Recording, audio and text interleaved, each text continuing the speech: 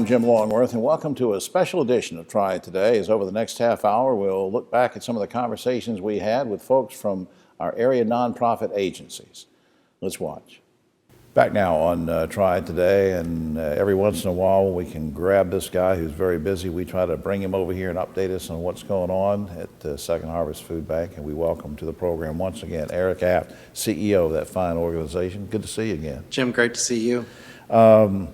Remind us, for somebody maybe that just moved in the area, whatever, what the mission of the food bank is.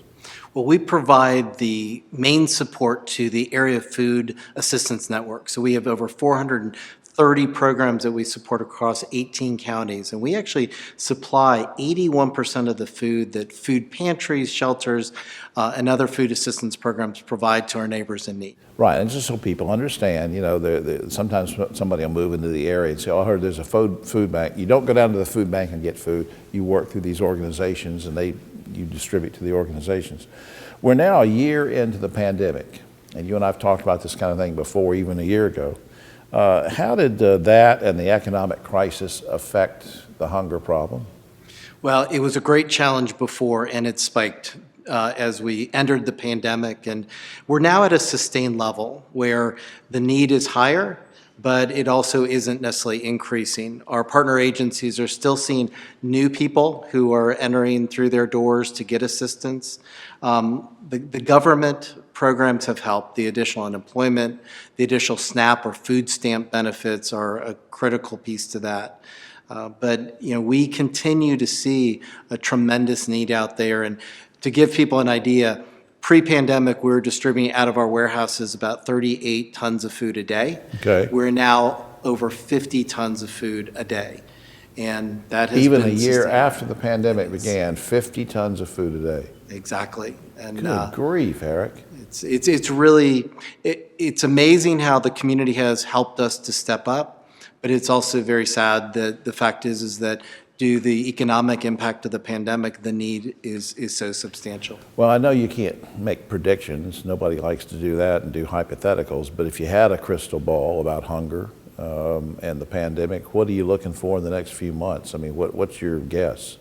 I think we're going to be at this sustained level for quite a while. And I will tell you what keeps me up at night is when the moratoriums on rent and utility payments end, and those vary across areas, is that when those bills come due for families, they're going to need additional assistance, and we are prepared to respond to that. But I worry for those families when some of these additional benefits go away, and at some point they need to go away. Right. But there needs to be support systems in place, and we're here, but also we don't know what that is exactly going to look like. Right. And of course, we also know that not all the jobs that were lost are going to come back. So we're going to have that continuing on as a problem as well. What a daunting task. Now, on maybe a good news side, I don't know because I don't know what the news is, but you emailed me and said you wanted to say something about, well, make a new announcement or something that's going on. Now, what is it you're going to spring on me? Well, we're very excited. Our goal is to get food where it is needed most. So just in a very short time, later this month, we're opening a satellite in Greensboro. Our first ever satellite. Okay. It will enable us to get more nutritious food to those who need the assistance and the support. As we know, things that are kept in the refrigerator or the freezer are also the most expensive things for us to purchase, whether it be dairy, meats, or produce. Right. And this will enable us to get more fresh food out to the eastern counties that we serve, not impacting what we're able to do here in Forsythe and to the west, but we'll be able to do that and extend nutrition education work that helps people understand how to use food well to keep them healthy. All right. We have about 10 seconds. Can you give us an update on the Providence program? Sure. We're now at the hospitality provider at Tanglewood. So if you want to enjoy some wonderful food, even if you're not a golfer, go out and enjoy the Providence Grill. And also the bed and breakfast out there is awesome. And we're so proud that Providence is leading that effort now. Yeah, I'll go out there, and I'm a horrible. You don't want to see me play golf. Up on screen, Second Harvest, NWNC, stands for Northwest North Carolina. Second Harvest, NWNC.org. Eric, I wish there was a lot more better news to report, but I'm so glad you're on the job trying to fight the battle. Thank you for everything you're doing. Thank you. We appreciate it. We'll be right back. But where we want to start is talking about, well, folks my age. I'm way up there, and we want to talk about an age-friendly organization. Age-Friendly Forsythe. I'm going to find out all about it with these two very special guests. On my immediate right, Teresa Hoffman-Makar. She's Director of Age-Friendly Forsythe, which I just mentioned. And Loretta Bell is Travel and Meetings Coordinator for the Z. Smith Reynolds Foundation, who brought us this topic today. And also, Loretta is a member of the leadership team for Age-Friendly Forsythe. Welcome, ladies. Good to have you. Thank you. Thank you. Loretta, I'm going to start with you. For folks who might have just moved into the area or don't know, what sort of sum up what the mission of Z. Smith Reynolds Foundation is? Sure. The mission of Z. Smith Reynolds Foundation is to improve the quality of life for all North Carolinians. And when I mentioned in the opening that you're on the leadership team in Teresa's leadership team, what's the connection there? Why that connection? Yeah, so Z. Smith Reynolds is a community partner with Age-Friendly Forsythe. And as a member of the leadership team, we serve as the spokespeople, and we also serve as champions for the organization. And we also help maintain the structure of the organization. Well, now we're going to find out about that organization. So now we're going to turn to you, Teresa. What is the mission of Age-Friendly Forsythe? Tell us about it. Of course. So Age-Friendly Forsythe is a community alliance that engages and informs aging adults and community partners to create a livable community through strategic collaborative planning. And we have the vision that aging adults in Forsyth County are living their best lives. Now, tell me about some of the initiatives that you have that are underway, maybe some that you've already put together and that are underway now. Talk about them. Of course. So recently, Forsyth County, North Carolina, actually just recertified their membership with the National AARP Network of Age-Friendly Communities. So that's a huge success for Forsyth County, and it really shows that we are committed to helping to support the aging population. For right now, we are working on developing common community goals and objectives that will help inform a more comprehensive aging plan. Now, how does that, give me a specific on how that would help somebody my age. I'm, my late 60s, and, I find out about your organization. What is it, how can you help me directly? Or you're talking about community partnerships. How am I benefiting from some of the things that you're working on with the support of folks like Loretta? Sure, of course. So with our leadership team, we actually are creating a strong partnership from a wide variety of organizations that are in our community, along with community members and residents who have that lived experience in the county. And so hand in hand, these two are coming together to really work together to develop common goals, which ultimately are going to impact the daily lives of the aging adult in Forsyth County. Now, why is the support of Z. Smith Reynolds Foundation so important? I know Loretta's on your leadership team, and that's important too. But why is it in general their support? What does that mean to your agency? It's huge. It means that they have a stake in aging in the county. Age-Friendly Forsythe is a self-funded community initiative, which means that all of our leadership team organizations are contributing funding to help sustain our activities. So it's a huge statement that's saying we support aging and age-friendly processes. Yeah, Loretta, let me put you on the spot. Being a member of the leadership team, and I know you've had an interest in healthcare things going back in your career too. Why do you like being involved with that? Because many people in the community are not aware of the huge senior population that we have in the city and in the Forsyth County.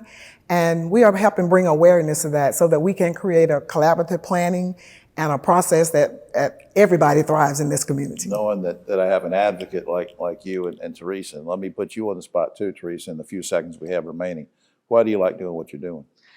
I've always had a passion for helping the aging population. I think that when you work in a community, when you live your life in the community, when you've been supportive of a community all your life, you just deserve to be able to age just with dignity. Yeah. And I've always wanted to help the aging adult. No, that's fine. I appreciate what both of you are doing. Up on screen, I don't want to run out of time on this. AgeFriendlyForsythe.org is the website. Please check that out. AgeFriendlyForsythe.org. And again, thanks to Mo Green and everybody at Z. Smith Reynolds Foundation for suggesting this topic. That website is zsr.org, zsr.org for the foundation. We'll be right back. Back now on Triad Today, just looking over this brochure that our special guest just gave me to read. And you can probably get one like this too. We'll tell you in just a little bit about that. But next to me, good friend of the show and a hard worker, DeVito Ewell is with North Carolina Works, NC Works, Next Gen Youth Program Manager for Goodwill Industries of Northwest North Carolina. Welcome back. Thank you for having me. I know, just in case some people have just moved into the area, hadn't heard you and I talk about it, just give me a brief thing on what Next Gen is. What does it mean? Well, it's a youth program that helps youth and young adults ages 16 to 24 with their education and employment goals. It's in partnership with the Piedmont Triad Regional Workforce Development Board, and it goes together with Goodwill because we assist individuals with helping enhance their lives. So yes. Right. Now, what are there specific, we won't go over the whole laundry list, but just give me some examples of programs or services that a young person can take advantage of under this program. Give me a few examples, like what? So we help them enroll in some educational opportunities. If they end up dropping out of school, we kind of help them re-engage and get back into education, obtaining their high school diploma or equivalency. We also help them enroll in career pathways or career skills that, like CNA and things like welding, as well as exploring work-based learning opportunities, giving them job opportunities to go to work and get their hands-on experience they need to be productive. That's just great stuff. So you're really helping in a lot of different ways, because you've got folks that, like you said, maybe dropped out, want to come back. Then you've got other folks that say, I lost my job, or I'm thinking of a career change, and you can help sort of look at what they're good at and talk to them and guide them, right? Correct. Now, this isn't offered everywhere, so give me some idea of where people can go to take advantage of it. Well, it's currently right now 7 counties. We're covering Forsythe, Stokes, Yadkin, Surrey, Rockingham, Caswell, and Davie counties. And it's free for any youth that is 16 to 24 that meets the eligibility requirements. Yeah, you just read my mind. I was going to ask if it's free, so now that's good. And you're saying that anybody can take advantage of this, and there's really no restriction in terms of age or anything? Well, it's 16 to 24, and they usually have to be either dropout, parenting, pregnant, or formal justice-involved offenders, or former offenders, or even foster care youth. Right. I'll put you on the spot here, but what do you feel about this personally? What do you get out of me? What kind of gratification do you get working on something like this? It's fulfilling to see them actually take those steps to creating more an adult life and seeing them reach goals that at one point they thought they couldn't actually get there. So how long has this been going on, the Next Gen work that you've been doing? I've been doing it for about almost 10 years. The program's been out for a very long time. I would say more than 10 years, for 7, maybe about 12, 13 years. Yeah. What kind of feedback do you get? Good? It's always rewarding to see them come back once they've gotten a job that they're able to support themselves and their family, buying a house or a car, and able to be self-sufficient. It's one of the most rewarding things to see. I just think that's great. I just love what you do and the enthusiasm you have, and just keep it up. You don't look old enough to have been doing it for 15 years. Oh, I haven't. Just that's thank right. you. All right. Up on screen, goodwillnwnc.org. That stands for Northwest North Carolina. It covers a huge region, but DeVito's program only limited to those 7 county areas. goodwillnwnc.org. And then when you do that, please scroll down and click on Youth, and that will guide you through that process. DeVito, thanks for doing this. Thank you for having me. We'll be right back. Back now on Triad Today, and oftentimes, as you know from this show and others, we talk about higher education, going to college, and all that good stuff. But we also have a guest here with us who's been here before, and he's with an organization that helps high school students get to college. Next to me is our good friend Morshay Downing. He's Senior Director of Data and Post-Secondary Success for Say Yes Guilford. Welcome back, sir. Thank you for having us. What should rising high school seniors be doing this summer to get ready for next school year and even beyond? Right. So the transition from high school to college is a very unique transition for our students. Of course, we have our scholarship application, which just closed June the 1st. But for those students who are transitioning to college, they can be doing multiple things. They can continue to make sure that all their paperwork is complete for them to start college, and also to make sure that their FAFSA, their free application for federal student aid, is complete. Then lastly, check their emails, because that is the #1 way that colleges will communicate with our students. I'm glad you said that, because I send emails to some people and it's like 40 years later they'll write back, but you gotta stay on it. It's very, very important, because that is a very unique communication tool, and many times students will miss those important deadlines or benchmarks or even documents that have to be done Right. by missing out on those emails. I don't know if I've ever asked you this or not, but on the scholarship itself, the Say Yes scholarship, are there any certain things, you don't have to give the whole list, but a couple of things that maybe are requirements or criteria so that somebody knows that they can even apply? Right, so at sayyesguilford.org, we kind of outline our scholarship criteria, but students they must be continuously enrolled in Guilford County schools. We look at income, adjusted gross income, and of course we look at the tuition caps of the university they may be attending. So we have 2 scholarship models, our public university scholarship model, and then we have our private university model, which is an amalgamation of our collective partners across the country, where we have students attending more than 100 of those universities. And speaking of partners in the broadest sense, I'm guessing that the students you're working with and advising can also take advantage of the College and Career Promise program, right? Absolutely. That is a partnership with Guilford Technical Community College, and students are able to take those courses that will help them to either, tack on to those other courses they're going to be taking, but also to help them to kind of fast track their way from where they are now to their ultimate career goal. So we're very excited about that partnership, and we're hosting an information session very soon, so check out our YouTube page at Say Yes Guilford. Yeah, that's something to check out, definitely. What kind of impact does Say Yes Guilford have on high school graduates, do you think, given the work you've been doing over time? Right. Since our inception, Say Yes Guilford has provided over $28.5 million in scholarships to students from Guilford County. Wow, and that's not counting federal grants or things that they Right. might get or scholarships, just the ones you're giving. Right, just our Say Yes scholarship. So we're very excited about that. Last year alone, that equated to about $8.5 million for a little over 1,400 students. And then we translate that to our work-life earnings. Students who are graduating with a associate's degree or a bachelor's degree, those work-life earnings have accumulated to over $475 million that our man. scholars to date who have graduated can expect to earn in their lifetime. So that is one of the economic impacts that Say Yes Guilford is having, and it's a ripple effect throughout the communities that we serve. Yeah, absolutely. Before time runs out, let me throw something at you that we didn't rehearse this or anything, but what gratification do you get from doing your job and working with the kids? So one of the gratifications is, I don't just see our scholarship as transactional, I see it as transformational.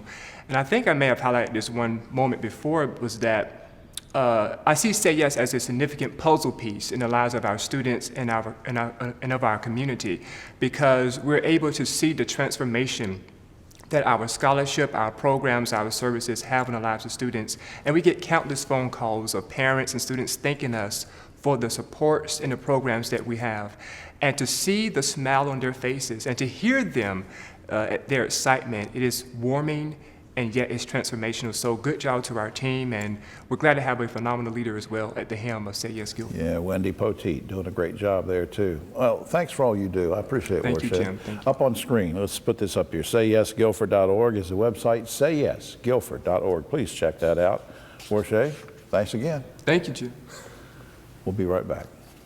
Start is Habitat for Humanity. You all know about that organization. We're talking about the Habitat for Humanity Forsythe. 2 very special guests, and they have some news to talk about. On my immediate right, Dwayne Thompson's Director of Restore Operations for Habitat for Humanity of Forsythe County, socially distanced and in the center chair. With me is Gina Fox. She's Assistant Manager of the Peters Creek Restore Habitat for Humanity. Welcome, both of you. Thank you. Thank you. Thanks for having me. I've sort of let the cat out of the bag because I mentioned Peters Creek, but we'll get to that in just a second. Dwayne, how are the restores and Habitat for Humanity related? Because people say, what do you mean a restore? So what the restores are is a fundraising arm for Habitat for Humanity. So we take gently used products that the community goes, I really don't need this sofa anymore. I don't need this bedroom furniture anymore. And we'll take those donations, we'll clean them up, fix them up sometimes, and then we turn around and sell it, and all the proceeds go back to Habitat Forsythe to help us with our housing programs. Absolutely. It's a great thing, and we'll get with Gina in just a minute about one of the stores. But speaking of that, since you're over the operations of the stores, Dwayne, now you already have, what, 4 stores or 3 stores up and running already, and then the Peters Creek is what, the fourth? Fourth, that's right. We have 3 stores. Okay, now somebody said, well, wait a minute, Dwayne, why do you need a 4th store? What's the 4th store? What's Gina's store going to do? What will that benefit?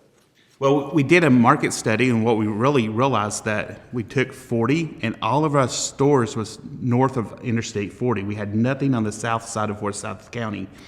Not only did we not have a restore, we just didn't have, Habitat Forsythe didn't have a presence down on the south side. Gotcha. So he's like, we really need to have some kind of presence with the community on the south side of Winston-Salem and Forsyth County. So we picked Peters Creek. Gina, let's talk about Peters Creek store, the new store. And you're kind of the new girl in town too, because you said before we started, you just started in April, and so we welcome you to that. Thank you. What kind of special items can we see in your store? Well, majority of what we have in our store are donated goods from our community. However, we do have some things that are new goods that we're able to bring in at a low cost for us and for our consumer. So we have things like new mattresses and box springs. Wow. We have linens that fit all sizes, the bamboo pillows in different sizes as well.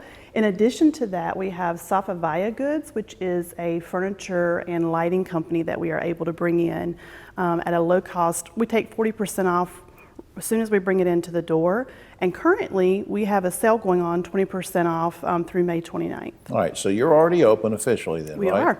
So people can just wander right on in. Absolutely, come to see us. And if they get there too early, they can either knock on the door or call you at home. Sure. No, that's fine. Yeah, Dwayne, now what items in general, not just at Peters Creek, but in general, what items is Habitat Restores in need of? In need of, I would say anything that goes in your house or on your house is what we're looking for. We're always looking for those, the sofas, the love seats, the living room furniture. Bedroom furniture is a big need. One of the things that a lot of our donors don't realize is that we will take used mattresses. So instead of sending those used mattresses that's only been on your bed for in your house for 8 years or so, instead of sending those off to the landfill, they can call us. We'll have them cleaned, sanitized, and then we turn around and resell those. Now, you were talking about, let's talk about that process very quickly before we run out of time. Larger items, you guys will pick up, right? That's right. We have a donation hotline number that anyone within Forsyth County can call. We'll come by and pick them up for free. If they don't want to call us, they can go to habitatforsythe.org/restore/donate and just book their own donation pickup. Sure. And if it's smaller items, do I come by the Restore or just anywhere? Where do I drop off smaller items? You could drop off any of the smaller items at any of the 4 locations. So if you're here in Kernersville, drop it off at the Kernersville location, Louisville at the Louisville location, Winston-Salem, they got 2 locations to choose from now. All right. I want to reiterate the general website, which will get you to all the different places, and that's habitatforsythe.org. That's the main website, get you where you need to go, and then spin off from there. But I think it's exciting. Gina, welcome again, and thanks for taking care of the Peters Creek store. Thank you. And Dwayne, thanks for your time and all you're doing. Well, that's all for this special edition of Triad Today. I'm Jim Longworth. We'll see you next week.